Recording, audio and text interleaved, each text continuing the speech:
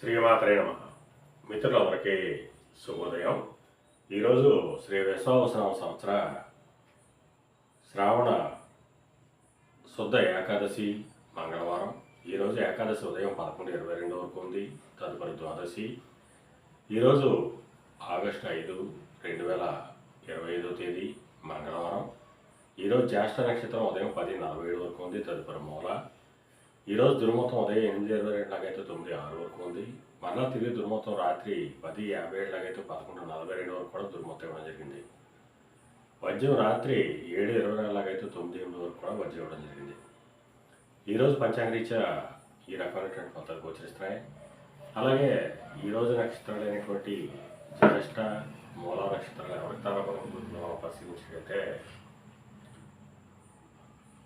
పూర్వాషాఢ, భరణి, పొబ్బ ఈ నక్షత్రంలో జన్మించినటువంటి మన మిత్రులందరికీ కూడా ఈరోజు నక్షత్రం అనేటువంటి జ్యేష్ఠ, మూల నక్షత్రాలు అనుకూలంగా ఉంటాయి.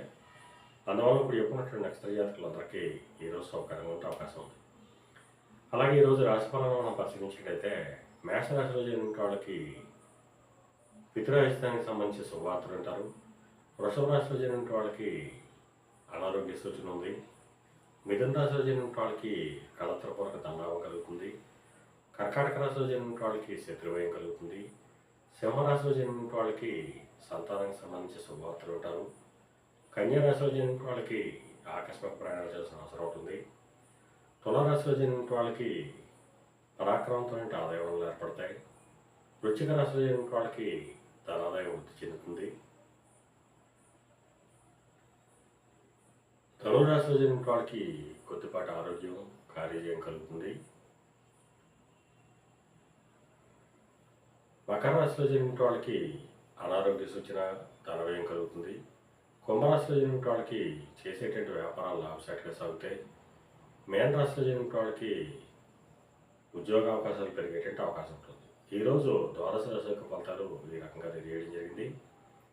అలాగే ఈరోజు గ్రహాల కలయికలో కొద్దిగా గందరగోళ పరిస్థితులు నెలకొన్నాయి. బుధుడు, కుజుడు, శుక్రుడు కలయిక వచ్చింది. ఇక్కడ బుధ కుజులకి విరోధం ఉంది. కుజ శుక్రులకి మిత్రత్వం ఉంది. బుధ శుక్రులకి మిత్రత్వం ఉంది. అయితే మంగళవారం అవడం చేత ఈ మిత్రత్వానికంటే శత్రుత్వమే ఎక్కువ పర్సంటేజ్గా తెలియజేయడం జరిగింది. అందువల్ల అన్ని రంగాల్లో ఉన్న వాళ్ళు కూడా అప్రమత్తంగా ఉండవలసిందిగా తెలియజేయడం జరుగుతుంది. అలాగే ఈ గజిబిజి గ్రహాల కలయిక నుంచి బయటపడడానికి ఆ సుబ్రహ్మణ్యేశ్వర స్వామిని, షణ్ముఖుని తేనెతో కానీ శ్రీకృష్ణంతో కానీ అభిషేకించినట్టయితే సర్వశుభాలు కలుగుతాయని చెప్పి శాస్త్రీత్యా తెలియజేయడం జరుగుతుంది. అలాగే మళ్ళా రేపు శుభోదయం కార్యక్రమంలో మరిన్ని విషయాలు తెలుసుకుందాం. అంతవరకు మన మిత్రులందరికీ మరొకసారి శుభోదయం.